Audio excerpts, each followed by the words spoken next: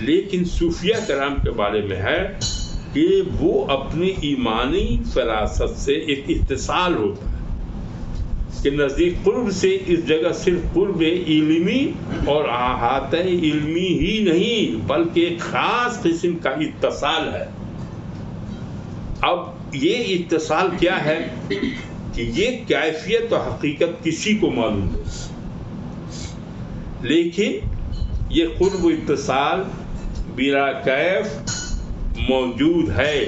قرآن کریم کی متعدد آیات اور احادیث صحیحہ اس پر شاہد ہیں. جیسے حق تعالیٰ کا ارشاد ہے وَاسْجُدْ وَاقْتَرِب، سجدہ کر اللہ کے قریب ہو جا. اور ہجرت کے واقعہ میں رسول اللہ صلی اللہ علیہ وسلم نے حضرت ابو بکر صدیق سے فرمایا کہ اللہ معانا، یعنی اللہ ہمارے ساتھ ہے. وہ ہے کہ جب ہجرت ہوا تھا غار حرا میں گئے تھے، وہاں خطرہ محسوس ہوا تو انہوں نے کہا کہ ایک ہم ہیں ایک آپ ہیں. کب رسول اللہ نے کہا کہ نہیں، ہم دو نہیں ہیں، اللہ بھی ہمارے ساتھ ہے. تیسرا اللہ معانا. اور حضرت موسیٰ علیہ السلام نے بنی اسرائیل سے فرمایا ان معی ربی، یعنی میرا رب میرے ساتھ ہے. اور حدیث میں ہے کہ انسان اللہ تعالیٰ کی طرف سب سے زیادہ قریب اس وقت ہوتا ہے جب کہ وہ سجدہ میں ہو. کوئی مسلمان اللہ کے قریب سب سے زیادہ کب ہوگا؟ جب وہ سجدہ میں ہوگا. اب سجدہ میں کیا ہوگا تو ذکر کیا ہے، حدیث بھی ہے احسان کا. احسان کیا ہے؟ احسان یہ ہے کہ تم تو اللہ کو نہیں دیکھ رہے لیکن اللہ تم کو دیکھ رہا ہے. تو یہ جو احساس ہے کہ ہم تو نہیں دیکھ رہے ہیں لیکن اللہ ہم کو دیکھ رہا ہے، اسی کو کہتے ہیں احسان. کہ یہاں واقعہ یہ ہے کہ وہ کہہ رہا ہے کہ اللہ میرے ساتھ ہے.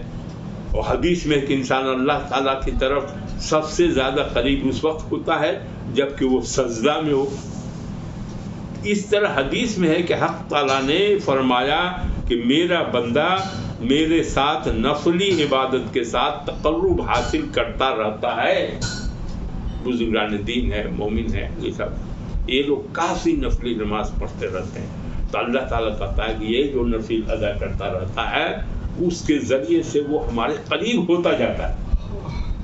اور بخاری شریف کی حدیث ہے اور جگہ بھی ہے کہ صاحب یہ انسان جو ہے اسی کی مرضی کے مطابق کھاتا ہے پیتا ہے، اس کا ہاتھ اس کا پاؤں یہ سب کام کرتا ہے. یہ ہے. لیکن اب یہ ہوتا ہے یہ قرب مقرر، یہ تقرب جو ہے عبادت کے ذریعے حاصل کی جاتا ہے اور انسان کے اپنے کسب و عمل کا نتیجہ ہوتا ہے. یہ صرف مومن کے لیے مخصوص ہے، کافر کو نہیں مل رہا ہے. یہ مومن اگر نفل نماز کافی پڑھے گا اور عبادت کرتا جائے گا تو اس کو یہ احساس ہوگا. تو کہا کہ ایسے مومنین اولیاء اللہ کہلاتے ہیں. ایسے مومن کیا ہے جن کو مومن کی فراست سے ان کو احساس ہوتا ہے کہ اللہ میرے ساتھ ہے، اللہ میرے پاس ہے. یہ سب تو یہ صوفیہ کرام کا ماننا ہے. لیکن جو علماء ظاہر ہیں وہ صرف اتنا چاہتے ہیں کہ ہر چیز کا احاطہ جو ہے اپنے علم سے اللہ تعالیٰ کے پاس ہے تو اس کے لیے ہے.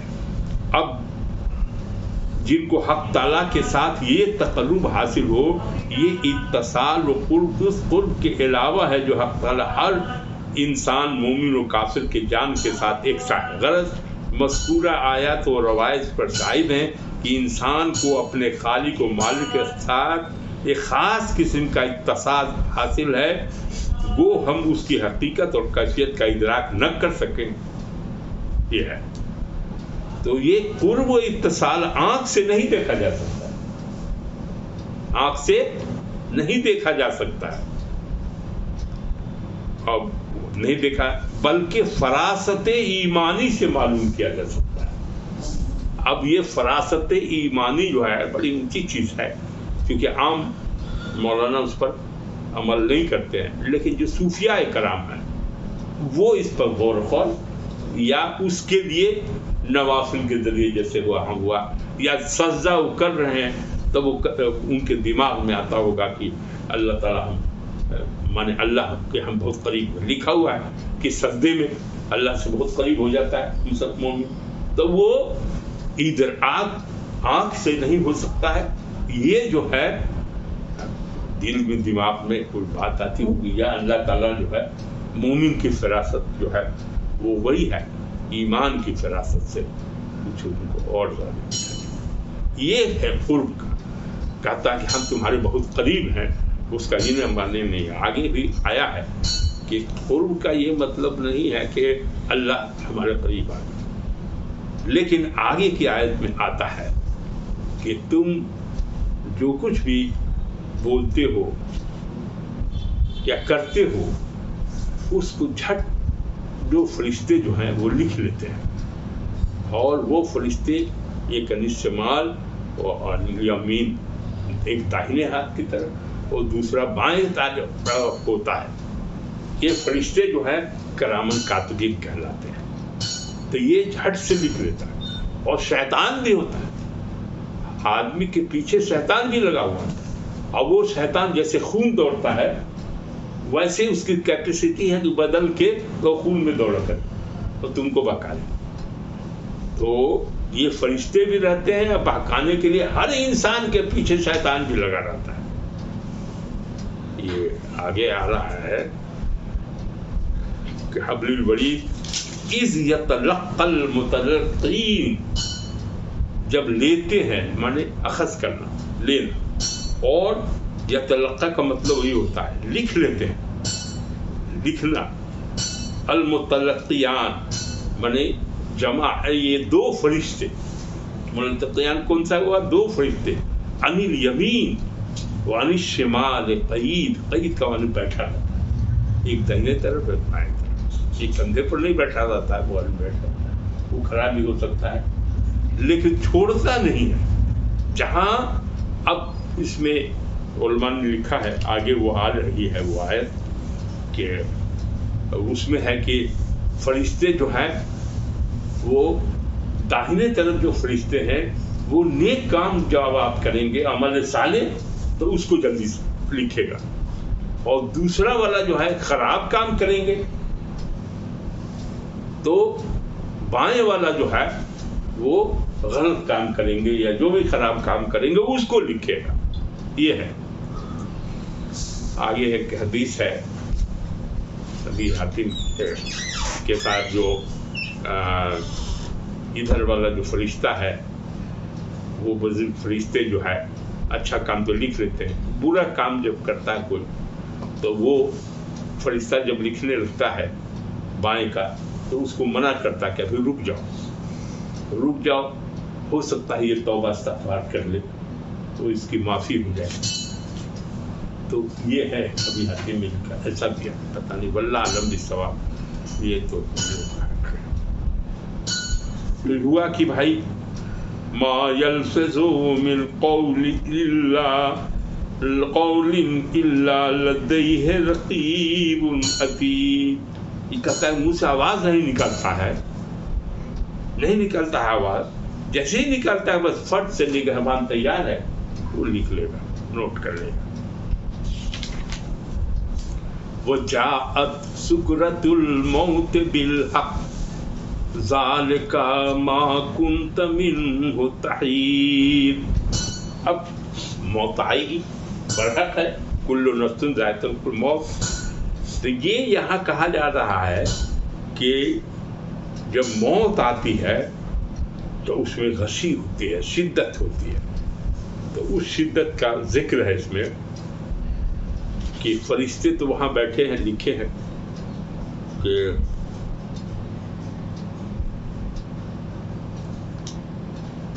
اس کو وہ ہے کہ اے ابن آدم، حضرت حسن بصری رحمۃ اللہ علیہ کا ہے کہ اس آیت کو پڑھا جب کہ علی الیمین علی الشمال قعید، طلاب کے بعد فرمایا کہ اے ابن آدم، تیرے لیے نام اعمال بچھا دیا گیا اور تجھ پر دو معزز فرشتے مقرر کر دیے گئے ہیں، ایک تیری داہنی طرف اور دوسرا بائیں جانب،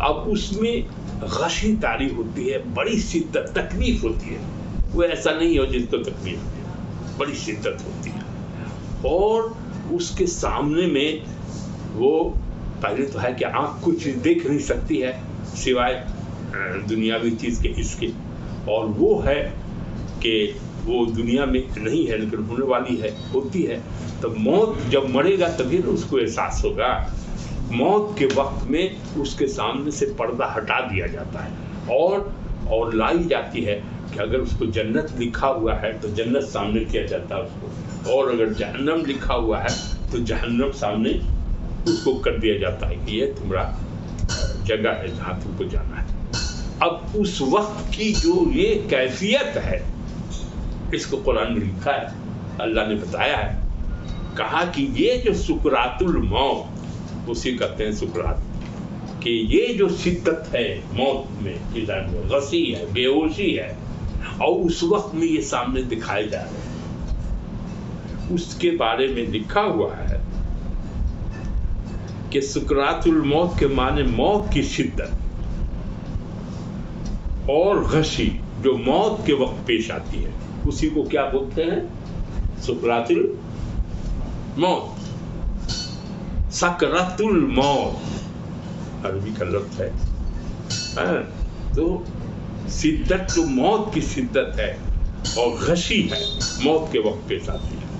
اب ابو بکر بن انباری رحمۃ اللہ نے اپنی سلطنت کے ساتھ حضرت مسروق سے روایت کی ہے کہ جب حضرت صدیق اکبر رضی اللہ تعالیٰ عنہ پر موت کے آثار شروع ہوئے تو صدیقہ عائشہ رضی اللہ کو بلایا.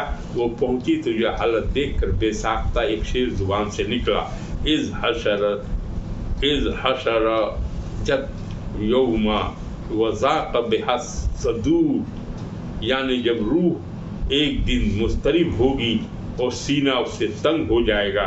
حضرت صدیق اکبر نے سنا تو فرمایا کہ تم نے فضول یہ شعر پڑھا، یوں کیوں نے کہا کہ جاءت سکرۃ الموت بالحق ذالک ما کنت منہ تعیش.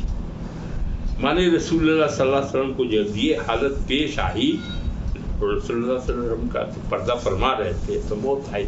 تو موت کا جو سکرۃ الموت کے بارے میں ہے کہ پانی میں ہاتھ ڈال کر چہرے مبارک پر ملتے اور فرماتے تھے، لا الہ الا اللہ انا للموت سکرات، یعنی کلمہ طیبہ پڑھتے ہوئے فرمایا کہ موت کی بڑی شدتیں ہوتی ہیں. بالحق ہے، اس میں بالحق دیا. کیا حق ہوگا؟ پہلے پردہ ہٹ جائے گا اور وہ دیکھنے لگے گا، آنکھیں تیز ہو جائیں گی.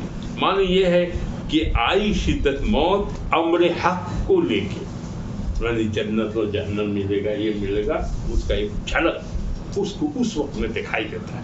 لوگ سب تو کھڑا ہے، اس کو کچھ پتہ نہیں چلے گا، لیکن یہ جو آدمی مر رہا ہے اس کو یہ سب پتہ چلے گا. تو اس میں ہے یہی برحق ہے، امر حق کو. موت کی شدت نے وہ چیزیں سامنے کر دی جو حق وہ ثابت ہے، یہ ثابت کر دی، اور کسی کو ان سے فرار کی گنجائش نہیں.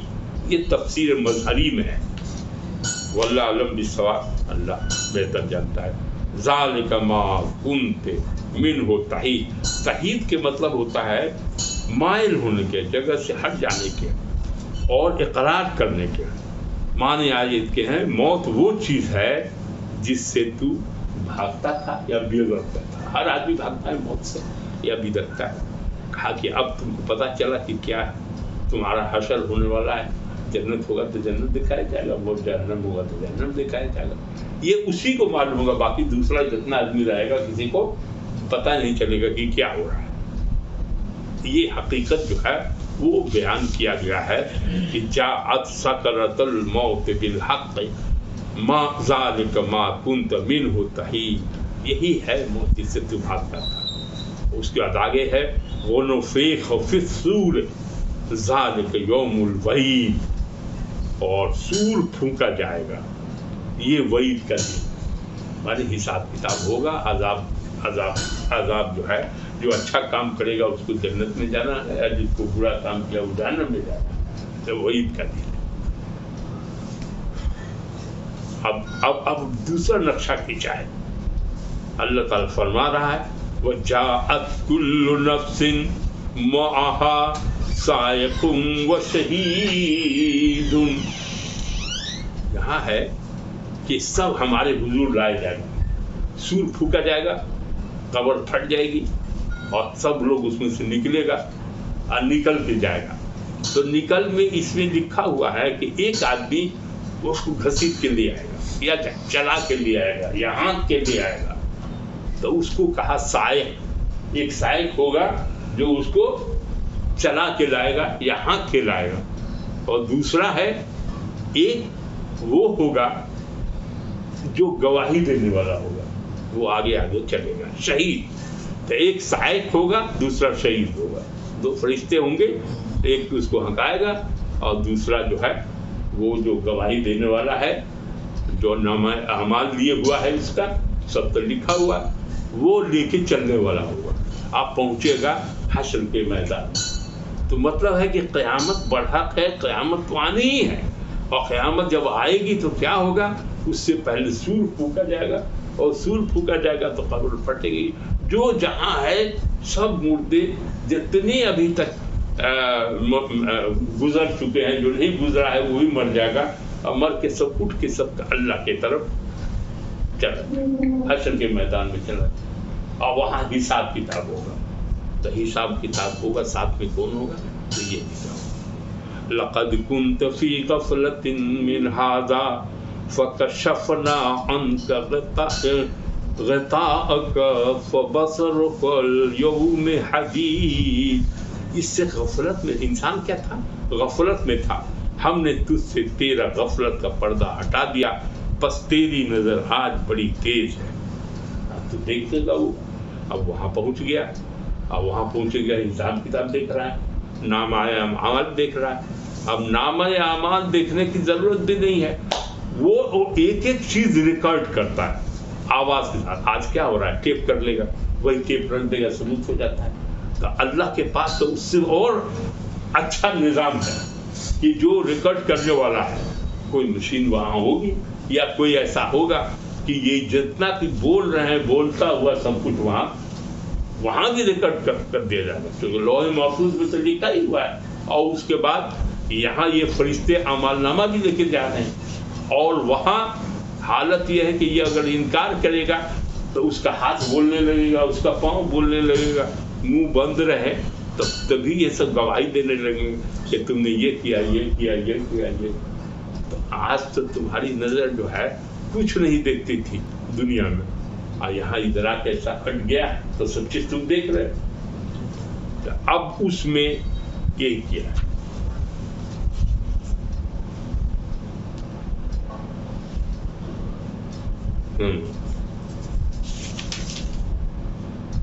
اب ہے کہ یہ خطاب عام انسان کو بھی ہے، موت سے سب بھاگتا ہے. طبعی طور پر پورے انسان پایا جاتا ہے. ہر شخص زندگی کو مرغوب اور موت کو آفت و مصیبت سمجھتا ہے، اس سے بچنے کی تدبیریں کرتا ہے. جو شرعاً کوئی گناہ بھی نہیں ہے، لیکن آیت میں بتانا یہ منظور ہے کہ انسان کی یہ طبعی اور فطری خواہش مکمل طور پر ہرگز پوری نہیں ہو سکتی. ایک نہ ایک دن بہرحال موت آنا ہی ہے. کوئی آدمی کتنا بھی کر لے لیکن اس کو مرنا ہی ہے. موت برحق ہے، اور موت برحق ہے. مرے گا تو کیا ہوگا؟ تو برزخ میں جائے گا، قبر میں جائے گا. کیا کیا حالات ہوں گے، تو مرنے کے وقت میں کیا حالات اس کو بیان کیا گیا ہے کہ وہ کسی کو پتہ نہیں ہوگا. صرف کسی کو پتہ ہوگا کہ سامنے میرے جنت اگر ہے تو جنت لائی گئی اور دکھایا گیا ٹھکانہ، اور جہنم ہوگا تو جہنم بتایا جائے گا یہ ٹھکانہ ہے، وہ ٹھکانہ بتایا جائے گا. یہ ہوگا، اور جو کوئی نہیں جانے گا. اسی لیے کہا کہ تیری آنکھ آج جو ہے وہ سب کچھ دکھے گی، تیز ہو جائے گی، نظر تیز ہو جائے گی تمہاری، تو پتہ بھی نہیں چلے گا. انسان کی یہ طبیعی اور فطری خواہش مکمل طور پر ایک نہ ایک دن تو ہر کروں کھا تم اس سے کتنا ہی بھاگنا چاہو. ہر آدمی موت سے بھاگتا ہے. انسان کو میدان حشر میں لانے والے دو فرشتے ہیں. ایک تو بتا دیا کہ سائق جو اس کو گھسیٹ کے لائے گا، یا اس کو دھکا دے کے لائے گا، یا چلا کے لائے گا. اور دوسرا ہے شہید جو اس کو گواہی دے گا، جو نامہ اعمال رکھتا ہے.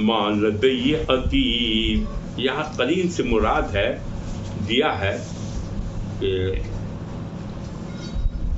وقال قرینہ ھذا ما لدی عتید، اس کا ہمنشین فرشتہ جو وہ کہے گا کہ میرے پاس جو اعمال نامہ یہ حاضر ہے، وہ کہتے ہیں۔ قرین کا مطلب ہے وہ ساتھی، وہ فرشتہ جو اس کے ساتھ تھا، اسی کو قرین بولا گیا، جو انسان کے ساتھ اس کے اعمال لکھنے کے لیے رہتا ہے۔ اور پہلے معلوم ہو چکا ہے کاتب اعمال دو فرشتے ہیں۔ قیامت میں انسان کی حاضری کے وقت ایک کو سائق دوسرے کو شہید، اس سے پہلی آیت میں فرمایا ہے۔ اس سے نسق کلام سے یہ مفہوم ہوتا ہے کاتب اعمال دو فرشتوں کو میدان حشر میں اس کی حاضری کے وقت دو کام سپرد کر دیے گئے ہیں۔ ایک کے ذمے اس کے پیچھے رکھ کر اس کو میدان حشر میں پہنچانا لگایا گیا ہے، جس کو آیت میں سائق کا نام دیا گیا، اور دوسرے کے سپرد کے نامہ اعمال کر دیے گئے ہیں، جس کو شہید کے نام سے تعبیر کیا گیا۔ تو میدان حشر میں پہنچنے کے بعد نامہ اعمال والا فرشتہ یعنی شہید یہ عرض کرے گا ھذا ما لدی شینتی، یہ اعمال نامہ حاضر کیا، یہ کہے گا لکھے ہوئے موجود۔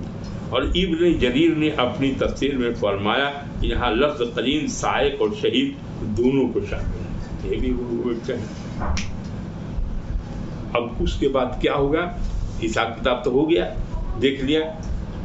القیا فی جہنم کل کفار عنید، اب حکم ہوگا کہ تم دونوں اس کو جہنم میں ڈالو۔ کیا کرے گا؟ اس کو جہنم میں ڈال دینے کو بولے گا۔ کس کو جہنم میں ڈالا جائے گا؟ جس کا اعمال نامے میں غلط کام لکھا ہوگا اس کی سزا اس کو ملے گی، اور جس کے نامے میں اچھا ہوگا تو اس کو جنت میں جانے کا ہوگا۔ تو جہنم والے کوئی تو اس کو گھسیٹ کہے گا تم دونوں جہنم میں اس کو پھینک دو، ایک دم جہنم میں پھینک دے گا۔ اور کفار کا جہاں ناشکر سے بھی مراد لیا گیا ہے، عنید کا مطلب شرکش، کہ جو بدماش شرکش ہے، جو گنہگار ہے، یہ اس کو جو ہے اور ناشکرہ ہے، اللہ کا شکر نہیں کیا، اس کو تم جہنم میں پھینک دو۔ القیا فی جہنم کل کفار عنید، یہاں القیا تثنیہ کا صیغہ ہے جمع کے روپ میں، جو دو شخصوں کے لیے بولا جاتا ہے۔ اس سے آیت میں جن دو فرشتوں کو خطاب وہ کون ہے؟ ظاہر ہے کہ یہی دو فرشتے جن کو پہلے سائق اور شہید کہا گیا ہے، ان کے مخاطب ہیں۔ بعض حضرات مقصد نے دوسری توجیحات بھی لکھی ہے۔ کیا لکھا ہے؟ اب دوسرا کیا ہو، لیکن کہ قال قرین ربنا ما اطغیتہ، لفظ قرین کے اصلی معنی پاس رہنے والے اور ملے ہوئے تھے، اسی کو قرین کہتے ہیں، ساتھی بھی کہتے ہیں۔ اس معنی کے اعتبار سے پچھلی آیت میں قرین سے مراد وہ فرشتہ یا فرشتے لیے گئے جو انسان کے اعمال لکھتے ہیں، اور انسان جیسے دو فرشتے قرین بنائے گئے۔ اسی طرح ایک شیطان بھی ہر انسان کا قرین رہتا ہے۔ شیطان بھی ہر انسان کے اس میں کیسے رہتا ہے؟ یہ خون کی جیسے دوڑتا ہے ویسے بھی شیطان بھیس بدل کے اس کے اندر میں چلا جاتا ہے اور بہکاتا رہتا ہے۔ اس لیے ہوشیار رہنے کی ضرورت ہے کہ من میں غلط جو وسوسے آتے ہیں وہ شیطان کے ذریعے آتے ہیں، شیطان بہکا دیتا ہے اور خراب چیز کو بھی اچھا خوشنما بنا کے اس کو دکھاتا ہے۔ اس لیے شیطان سے ہمیشہ بچنے کے لیے کہا گیا ہے، اور اچھا کام کرو اور شیطان کے بہکاوے میں نہیں آؤ۔ یہ شیطان سے اپنی برات کا اظہار کرے گا کہ اس کو اچھا یہ ہو گیا۔ اب وہاں ہونے کے بعد میں وہ جہنم میں پھینکا گیا، اور جو جنت والے ہیں ان کو جنت ہو گیا۔ اب یہ سب چیز جو ہے کفار مکہ کے لیے تو بالکل نئی چیز تھی۔ اس کو دنیا تو ایک دم بیکار سمجھ میں آیا کہ دنیا تو ختم ہو جانے والی ہے، اور اس کے بعد حساب کتاب ہوگا، تو اچھا کام کریں گے تو جنت میں جائیں گے، اور غلط کام کریں گے تو جہنم میں جائیں گے۔ اور کیسے کیسے مرحلہ ہوگا، یہ سارے مرحلہ تو وہ دیکھتا بھی نہیں ہے، جانتا بھی نہیں ہے، لیکن مرے گا تبھی اس کو یہ سب پتہ چلے گا تو مر کے ختم نہیں ہوا، اس کا حساب کتاب ہوگا اس کے بعد، تو وہ ہے آخرت۔ تو آخرت کا تصور اس کو تھا نہیں، حشر نصب حساب کتاب ہوگا ہمارے اعمال کا، یہ بھی تصور نہیں تھا۔ یہ نیا تصور دیا قرآن نے، اسلام نے دنیا کو کہ یہ ہوگا، اس لیے یہ دنیا فانی ہے، اس کی طرف اتنا دھیان نہیں دو، تم آخرت کی تیاری کرو، مطلب اچھا عمل کرو، تقوی اختیار کرو اور برا عمل تم چھوڑ دو۔ تو انسان کو اچھا بنانے کے لیے قرآن نے بتا دیا کہ یہ راستہ اختیار کرو گے، رسول اللہ صلی اللہ علیہ وسلم کے ذریعے بتایا گیا کہ یہ راستہ اختیار کرو گے صراط مستقیم کا تو تم جنت میں جاؤ گے، اور اگر تم نے غلط شیطان کے بہکاوے میں غلط کام کیا تو تم جہنم میں جاؤ۔ یہ کنسپٹ ان لوگوں کو دیا گیا، اور وہ لوگ کہتے تھے کہ نہیں، پہلے رسول ہی نہیں مانتے تھے، قرآن کو نہیں مانتے تھے، اور اس کے بعد وہ ان کی بات کو ماننے کا کہاں سوال تھا جب رسول ہی نہیں مانتے تھے، اب قرآن کو بھی نہیں مانتے تھے، کہتے تھے کہ گڑھ لیا۔ تو اس سے قرآن کی اس سورہ قاف کو بار بار پڑھا کرتے تھے، عیدین میں بھی پڑھاتے تھے، مجمع رہتا تھا تاکہ سارے لوگ سمجھ سکیں، اور اس کے بعد میں جمعہ کی نماز میں بھی پڑھاتے تھے، اور فجر کی نماز میں بھی لوگ کہتے ہیں، فجر کی نماز، عشاء کی نماز، مانے اس کو برابر پڑھا کرتے تھے تاکہ ذہن نشی ہو جائے کہ یہ دنیا فانی ہے اور آخرت آنے والی ہے، اس کی تیاری کرنا چاہیے۔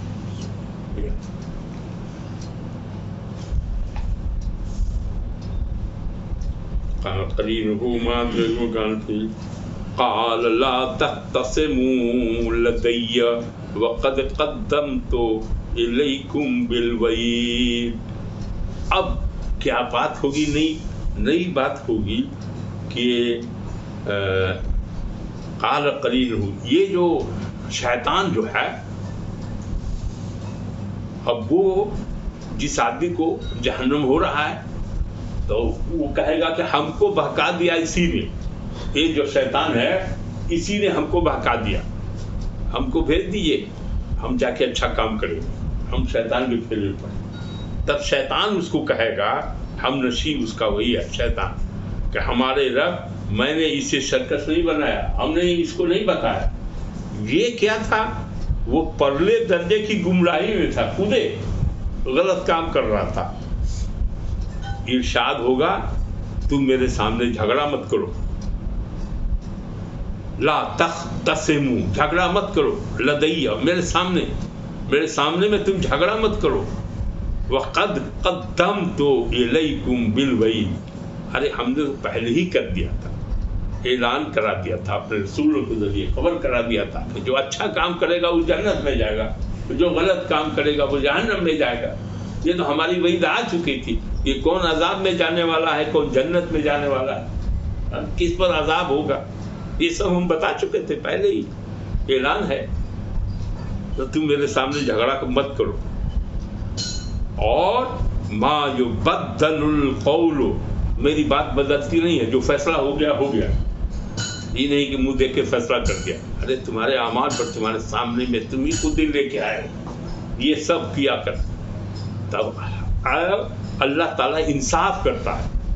وہ پھر آگے کہا کہ وما انا بظلام للعبید، کہا کہ اللہ جو ہے بندوں پر ظلم نہیں کرتا ہے، انصاف کرتا ہے، جو تمہارا تھا وہ کر دیا ہم نے تم پر کوئی ظلم نہیں کیا ہے۔ یہاں سے یہ ختم ہوا، کچھ پوچھنا ہے تو پوچھو، نہیں تو درود شریف پڑھو۔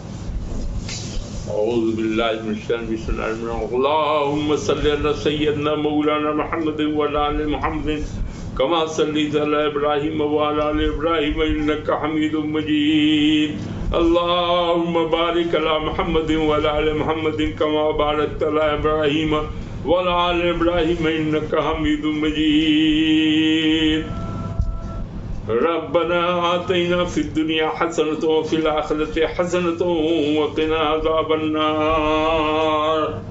اے اللہ، ہم لوگوں نے یہ جو قرآن کی تلاوت فرمائی ہے، اس کا ترجمہ اور تفسیر پڑھا ہے، جس میں جو کمیاں رہ گئی ہوں، جو خامی رہ گئی ہو، جو بھول چوک ہو گئی ہے، اس کو معاف کرتے ہوئے اسے قبول کر لیا جائے، وہ اس کا جو ثواب ہے سرکار دو عالم صلی اللہ علیہ وسلم کو وقت بھیج دیا جائے، اور ان کے آل، ان کے اصحاب، ان کو، ان کے بزرگان دین ائمہ صلحاء، یہ جتنے مومن مومنات ہیں یہاں بیٹھے ہوئے اس مجلس میں، جتنے حضرات ہیں، سب کے خانوادے، ان کے خانوادے، ان کے خانوادے، ان کے خانوادے، حتیٰ کہ جہاں تک مومن مومنات ہیں یہاں کے جتنے آس پاس سب کو رہنے والے، اللہ سب کو بخش دے۔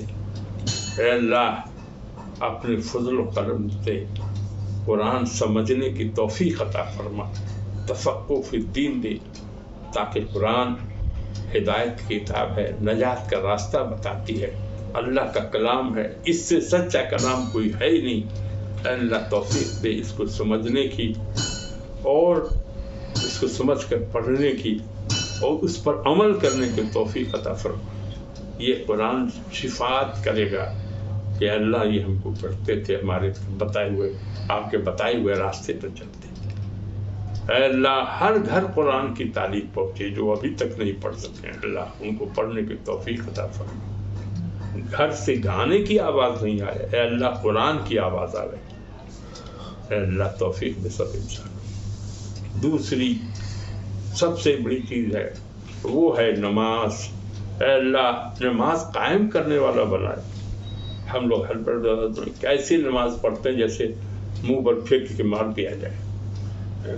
جب اللہ کا سے قریب ہونے کا وقت ہے نماز میں، مومن کی معراج ہے نماز، تو ہم لوگ جس طرح سے پڑھتے ہیں اس طرح سے نہیں۔ اللہ رسول اللہ صلی اللہ علیہ وسلم نے جس طریقے سے بتایا تھا اس طرح سے خضوع و خضوع کے ساتھ، خشوع و خضوع کے ساتھ نماز پڑھنے کی توفیق عطا فرما۔ قائم کرنے، نماز کو قائم کرنے والا بنا، جس میں صحیح طرح سے رکوع ہو، سجود ہو، اور اللہ مسلمان سب سے زیادہ قریب اللہ سے تب ہوتا ہے جب وہ سجدے میں ہوتا ہے۔ اللہ وہ ادراک، وہ سمجھ، وہ ایمانی فراست وہ دے، اس کا اللہ کا فیض ملے کہ وہ دیکھ سکے، سن سکے، سمجھ سکے۔ اے اللہ تو رحیم و کریم ہے، گناہوں کو بخش دے۔ اے اللہ واسطہ محمد و آل محمد کا، واسطہ امت والے، اے اللہ اچھائی کے راستے پر لے چل، حسنات ہی حسنات ہو، سیئات میں برائیوں سے بچا۔ اے اللہ تو ہی بچا سکتا ہے، برائیوں سے بچا لے، شیطان کے سر سے بچا لے، ہر طرح کی برائیوں سے بچا لے، اور صراط مستقیم کا راستہ اچھائی کی طرف چلنے والا بنا دے۔ اے اللہ جو بیمار ہیں ان کو اچھا کر دے، اور بچے بیمار ہیں ان کو اچھا کر، اپنے فضل سے صحت مند بنا دے۔ اے اللہ جو لوگ امتحان دیے ہیں ان کو کامیاب بنا دے۔ اے اللہ ان کو نمازی بنا دے، کامیاب بنا دے، ہر جن کا امتحان ہونے والا ہے ان کو بھی کامیاب دے۔ جو پڑھے گا وہ بڑھے گا۔ اے اللہ توفیق دیکھیے، محنت کریں، پڑھیں، اور ایک آدمی نے کچھ کر لیا ہے اچھا تو دوسرا آدمی کیوں نہیں کر سکتا؟ اس کو بھی توفیق سے ہوا ہے، کوئی بھی تمہاری توفیق سے بغیر نہیں بن سکتا ہے، اس لیے توفیق دے کہ آگے بڑھنے کے ساتھ اور ترقی دے۔ اے اللہ ایمان کی دولت سے مالا کر، حرام روزی مت کھلا، ہمیشہ ایمانداری کی روزی کھلا، برائی سے بچا رہا تو کھلانا بھی حلال دی، حرام کھانے سے بچا۔ اے اللہ جھوٹ سے، غیبت سے، فریب سے، چغلی سے، سب سے بچا۔ یہ گناہ کبیرہ ہے، چغلی والا جنت میں نہیں ہے، عیب کھولنے والا نہیں ہے۔ اے اللہ دوسرے کی برائی کرنے میں کیوں انسان لگا رہے؟ شیطان سے، شر سے بچا لے تاکہ وہ اپنے میں لگا رہے، اپنے بال بچے کو دیکھے، سب کو نیک نیتی ہے۔ سبحان اللہ والحمد للہ رب العالمین، سبحان ربک رب العزۃ عما یصفون وسلام علی المرسلین والحمد للہ رب العالمین۔ حق لا الہ الا اللہ۔